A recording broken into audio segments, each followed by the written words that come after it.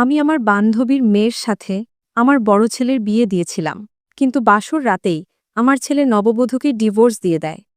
আমি বড় ছেলের ওপর রাগ করে তাকে বাড়ি থেকে তাড়িয়ে দিলাম এবং আমার মেজ ছেলের সাথে তার বিয়ে দিয়ে দিলাম।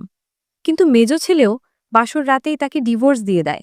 বাসর রাতে ডিভোর্স কেন হচ্ছে এটা জানার জন্য আমি জোর করে আমার ছোট ছেলের বিয়ে তার সাথে দিয়ে দিলাম এবং ছেলের পরিবর্তে মুখ ঢেকে আমি সেই রুমে ঢোকার সাথে সাথে আমার সাথে যা ঘটল তাতে আমার পায়ের নিচ থেকে মাটি সরে গেল, কেননা আমার বৌমা। আমার নাম অর্পিতা, আর আমি বাবা মায়ের একমাত্র মেয়ে। আমি যখন বড় হলাম তখন আমার বাবা মা দেখে শুনে একটা সম্ভ্রান্ত পরিবারে আমার বিয়ে দেন। আমার শ্বশুরবাড়ির সবাই খুব ভালো। আমার প্রতিদিন সকালে হাঁটতে বের হওয়ার অভ্যাস আছে। আমার শাশুড়িও আমার সাথে সকালে হাঁটতে যেতেন, কিন্তু 10 মিনিট হাঁটার পরেই তিনি অন্য পথ ধরতেন। আমি বাড়ি ফেরার প্রায় ঘণ্টাখানেক পরে তিনি নিজেই ফিরে আসতেন। আমার শাশুড়ি প্রায়ই মনমরা হয়ে বসে থাকতেন। তাকে এভাবে মনমরা হয়ে চুপচাপ বাড়িতে বসে থাকতে দেখে আমার মনে হতো তার মনে হয়তো কোনো কষ্ট লুকিয়ে আছে। আমি তার মনের কষ্ট জানার অনেক চেষ্টা করলাম, কিন্তু তিনি কিছুতেই কিছু বলতেন না। আমি একটা হাসপাতালে নার্সের চাকরি করি। একদিন বিকেলে হাসপাতাল থেকে বাড়িতে ফেরার সময় দেখলাম আমার শাশুড়ি জেলের বাইরে দাঁড়িয়ে আছেন। আমি রাস্তার যে পাশে দাঁড়িয়েছিলাম তিনি তার উল্টো পাশে ছিলেন। তাকে দেখে আমি রাস্তা টপকে তার কাছে পৌঁছাতে পৌঁছাতে তিনি জেলের ভিতরে চলে গেলেন। মেইন গেটে দাঁড়িয়ে থাকা দারোয়ানকে জিজ্ঞেস করলে তিনি বললেন, ওই কাকিমা তো প্রায়ই এখানে আসেন। দারোয়ানের কথা শুনে আমি হতবাক হয়ে তার দিকে তাকিয়ে রইলাম। এরপরে আমি মনে মনে সিদ্ধান্ত নিয়ে সেখানেই দাঁড়িয়ে রইলাম, কেননা আমি তার সাথে কথা বলে জানতে চাইব যে তার প্রতিদিন প্রতিদিন এখানে আসার পেছনের কারণ কি।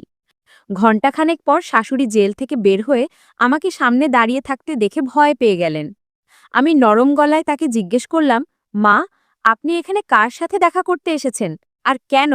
আমাকে পুরোটা বলুন, আমি জানতে চাই। শাশুড়িমা বললেন, তুমি বাড়িতে চলো, আমি তোমাকে সব কথা বলবো। আমরা বাড়িতে ফিরে এলাম এবং ফ্রেশ হয়ে চা তৈরি করলাম। এরপরে চা নিয়ে দুজনে বসার ঘরে বসলাম। চা খেতে খেতে শাশুড়িমা তার গল্প বলতে শুরু করলেন। তিনি বললেন, আমরা বনেদি পরিবারের লোক। বাড়ির প্রথম সন্তান ছেলে হওয়ায় আমার সম্মান বেড়ে গেল এবং আমার প্রতিটি কথা সবাই মেনে চলত। আমার 4টে ছেলে হয়। আমি একটা মেয়ে চাইতাম, কিন্তু ভগবান বোধহয় আমার ভাগ্যে মেয়ে লেখেননি। আমার ছোট ছেলের বয়স যখন 1 বছর, তখন আমার স্বামী অ্যাক্সিডেন্টে মারা যান। আমার ছেলেদের মধ্যে মোটামুটি 2 বছরের ব্যবধান ছিল এবং তারা সবাই প্রায় একই সাথে বড় হয়। আমি ওদের খুব যত্ন করে মানুষ করেছি। ফ্যামিলির সবার নজর আমার ছেলেদের দিকে ছিল, কারণ তারা যেমন স্মার্ট তেমন হ্যান্ডসাম। আমার বড় ছেলের বয়স যখন সবেমাত্র 16 বছর, তখন আমার বোন তার শ্বশুরবাড়ির দিক থেকে আমার বড় ছেলের জন্য একটি 12 বছর বয়সী মেয়ে সম্বন্ধ নিয়ে আসে। আমার বোন বলছিল, মেয়েটার বাড়ির অবস্থা খুব খারাপ। তারা তাদের মেয়েকে ঠিকমতো মানুষ করতে পারছে না, আর এই মেয়েকে লালন পালন করার সামর্থ্যও তাদের নেই। তাই আমি একে তোর কাছে নিয়ে এসেছি। তোর কোনো মেয়ে নেই, তাই একে নিজের মেয়ে মনে করে তোর কাছে রেখে দে।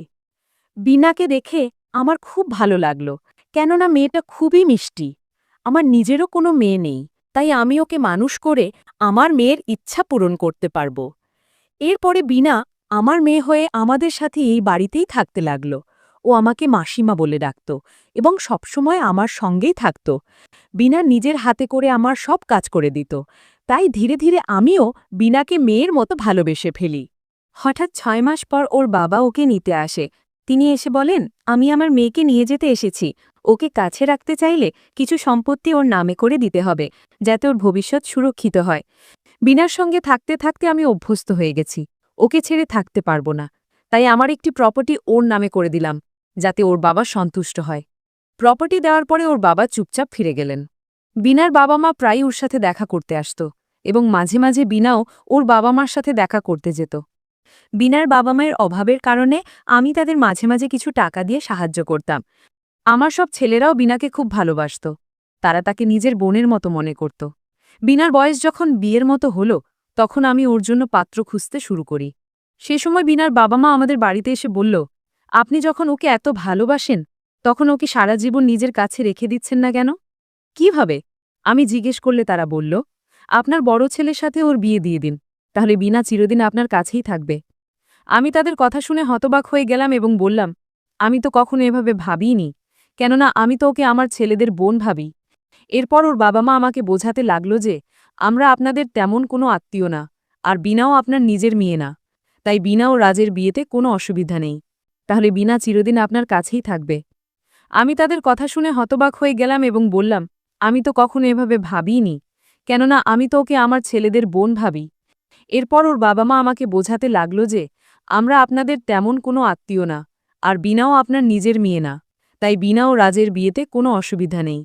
আমি যখন আমার ছেলের সাথে এ ব্যাপারে কথা বললাম, তখন সে হতভাগ হয়ে বলল, মা, আমি তো সবসময় বিনাকে ছোট বোনের মতো দেখি, আমি ওকে কোনমতে বিয়ে করতে পারবো না।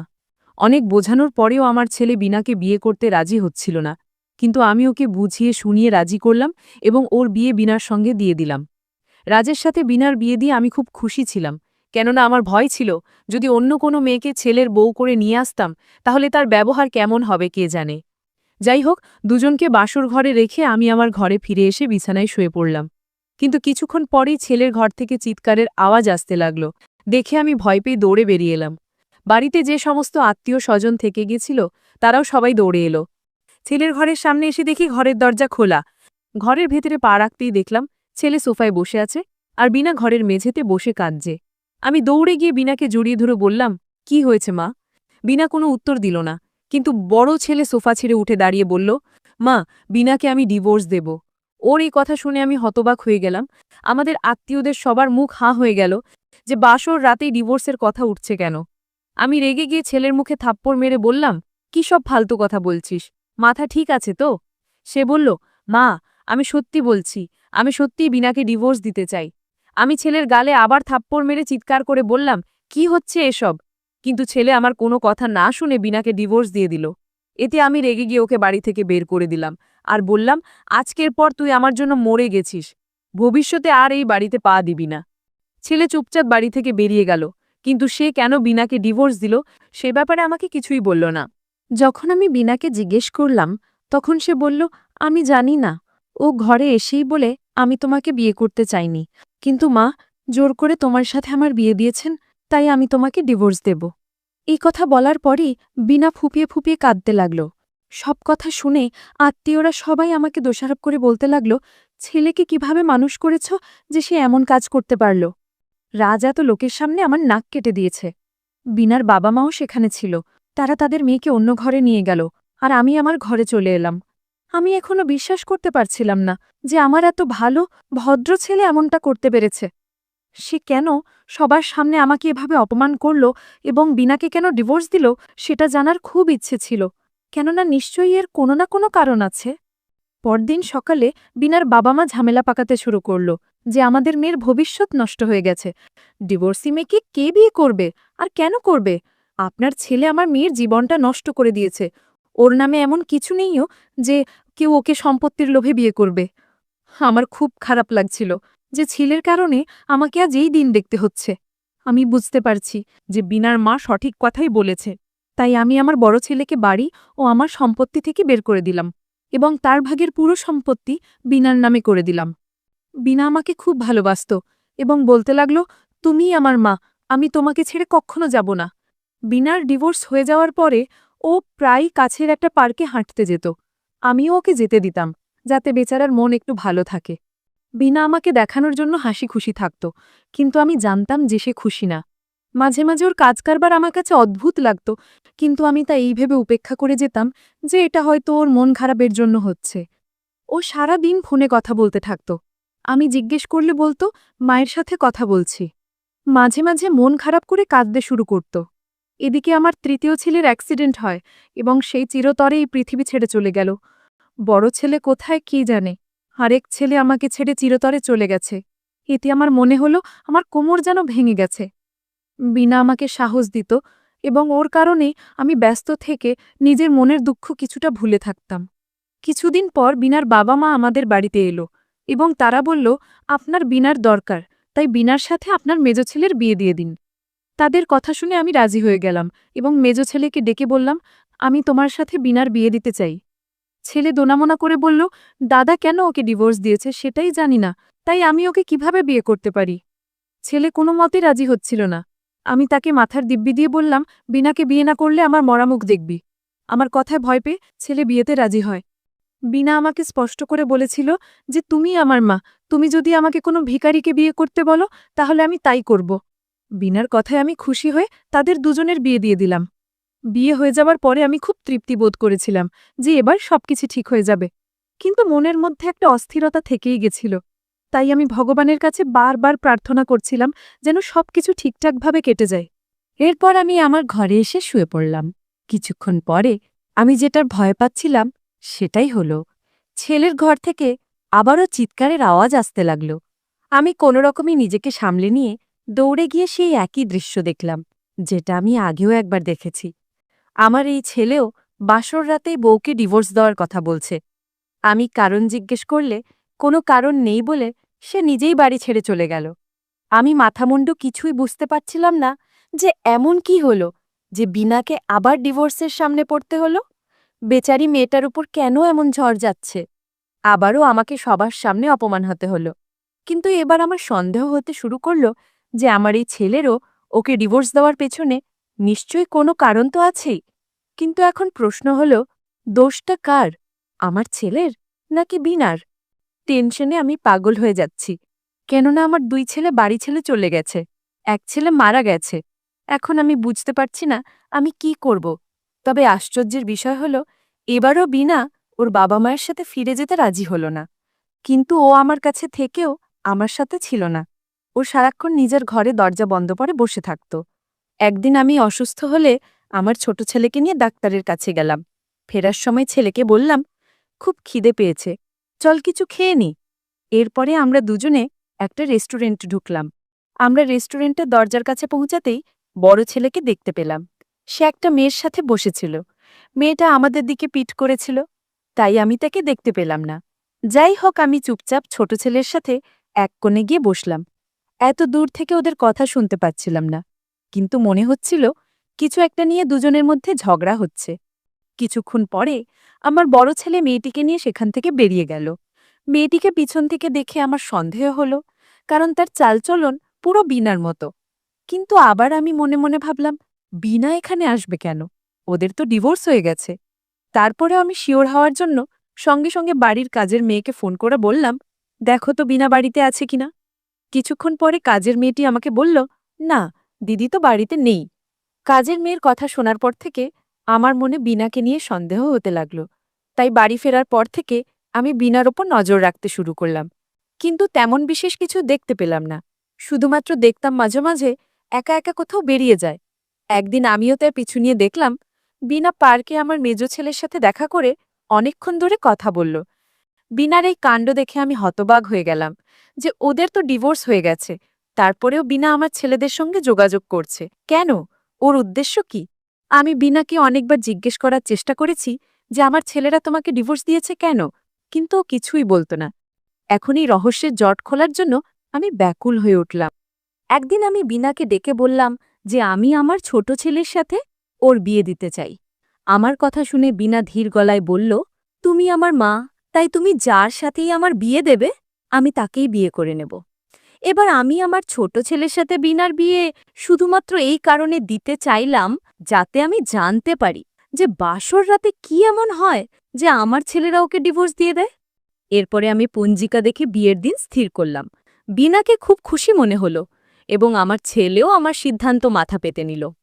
বাসর রাতে ছেলেকে প্রেসক্রিপশন দিয়ে বললাম, আমার শরীরটা খুব খারাপ লাগছে, আমার জন্য এই ওষুধগুলো নিয়ে আয়। ছেলে তার বিয়ের ড্রেস পাল্টে ওষুধ আনতে চলে গেল। এদিকে আমি ছেলের শেরবানি পরে ওর জায়গায় নিজেই বাসর ঘরে গেলাম। ঘরে ঢোকার আগে মুখে একটা চাদর জড়িয়ে নিলাম। এরপরে ঘরের দরজা খুলে ভিতরে গিয়ে দেখি নতুন বউ বিছানায় বসে আছে। আমাকে দেখতে পেয়েই সে উঠে দাঁড়ালো এবং বলতে লাগল, আমি জানি তুমি এখন আমার স্বামী, তবে আমি শুধু একটা কথাই বলতে চাই যে আমি সব সময় তোমাকে আমার ছোট ভাই বলে মনে করেছি, তাই আমি তোমাকে বর হিসেবে মেনে নিতে পারবো না। তোমার মনে আছে তো, ছোটবেলায় আমরা একসাথে খেলতাম, তোমাকে আদর করতাম, আমি তোমাকে ভাইয়ের মতো দেখি, তাই আমি তোমাকে স্বামী হিসাবে মেনে নিতে পারবো না। তোমার মা জোর করে তোমার সাথে আমার বিয়ে দিয়েছেন এবং তিনি আমাকে বলেছেন যে ছেলের কাছ থেকে ডিভোর্স চেয়ে নিও। তিনি শুধু সবার সামনে নিজেকে মহান দেখাতে চান, তিনি সকলের সামনে দেখাতে চান যে সে তার বৌমাকে কত ভালোবাসে। আমার প্রথম বিয়েও তিনিই দিয়েছিলেন এবং ডিভোর্সও তার কথাতেই তোমার ভাইয়েরা আমাকে দিয়েছিল। আজকেও তোমার মা আমাকে ঘরে পাঠানোর আগে বলে দিয়েছে যে ছেলেকে আমার কথা বলো, যাতেও তোমাকে ডিভোর্স দিয়ে দেয়। আমি চুপচাপ হতভম্ব হয়ে ওর কথা শুনছিলাম। বিনা আরও বলতে লাগলো, আমার কথা বিশ্বাস না হলে আমার মাকে জিজ্ঞেস করো। এরপরে ফোন করে বিনা তার মাকে ডাকলে কিছুক্ষণ পরে ওর মা ঘরে এসে বলল, বিনা ঠিকই বলেছে, ও সবসময় তোমাকে নিজের ভাই বলেই ভেবেছে। বিনা তোমার মাকে বোঝানোর অনেক চেষ্টা করেছে, কিন্তু তোমার মা কিছুতেই রাজি হয়নি। আমার মেয়ে তোমাকে স্বামী হিসাবে মেনে নিতে পারবে না, কেননা ও অন্য একজনকে ভালোবাসে। তুমি ওকে ডিভোর্স দিয়ে দাও, যাতে আমরা ওর বিয়ে সেই ছেলের সাথে দিতে পারি। বিনা আর তার মা জানতই না যে শেরওয়ানির আড়ালে কে আছে। আমি হতভম্ব হয়ে গেলাম যে এরা কত নিঃসংকোচে মিথ্যা কথা বলছে। বিনাকে আমি মেয়ের থেকেও বেশি ভালোবাসতাম, তারপরেও এইভাবে মিথ্যে কথা বলে আমার ছেলেদের কাছ থেকে ডিভোর্স নিয়েছে।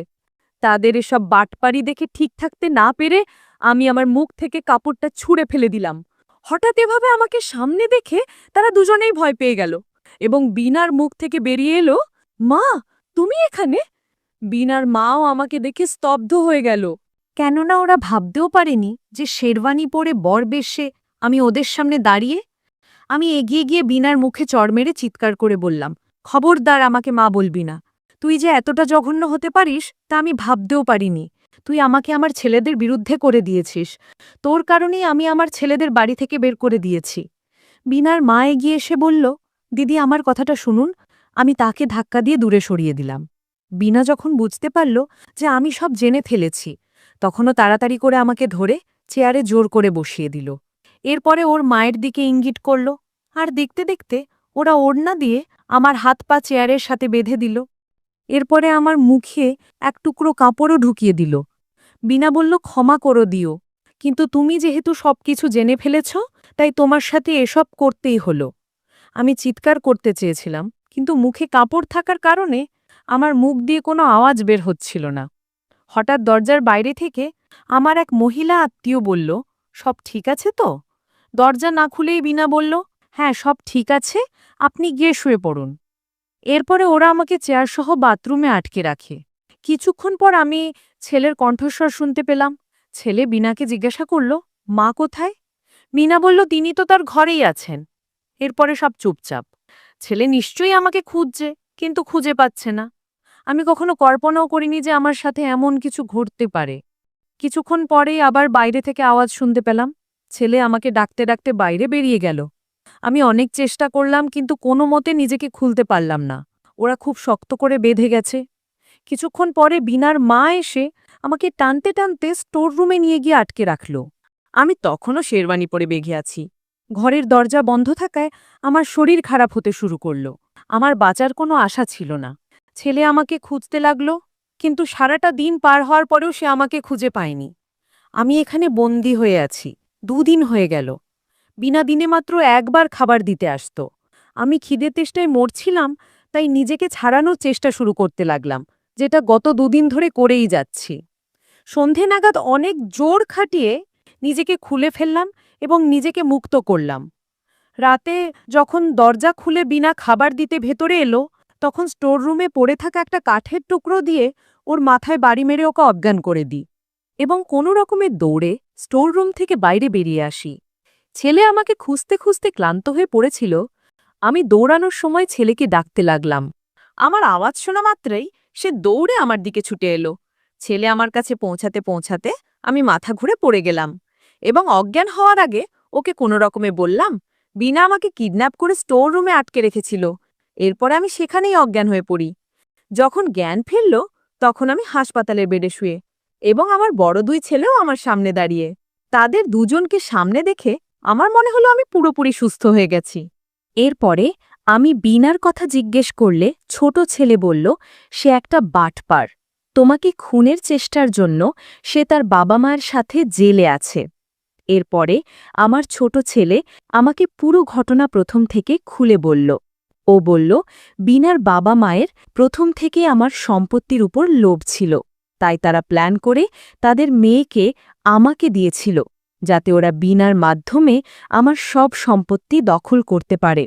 আমি যখন আমার বড় ছেলের সাথে ওর বিয়ে দিই তখন বাসর রাতে ও সেই একই কথা বলেছিল যে আমি তোমাকে আমার বড় দাদা হিসাবে দেখি, তাই আমি তোমাকে স্বামী হিসাবে মেনে নিতে পারবো না। আমি অন্য একজনকে ভালোবাসি, আমাকে ডিভোর্স দাও। ওদের উদ্দেশ্য ছিল এক এক করে আমার ছেলেদের বাড়ি থেকে বের করে দেওয়া, যাতে ও আমার সমস্ত সম্পত্তি নিজের কবজায় নিতে পারে। ওর পরিকল্পনা প্রায় সফলও হয়ে গেছিল, কেননা আমি আমার বড় এবং মেঝো ছেলেকে তো বাড়ি থেকে বের করেই দিয়েছিলাম।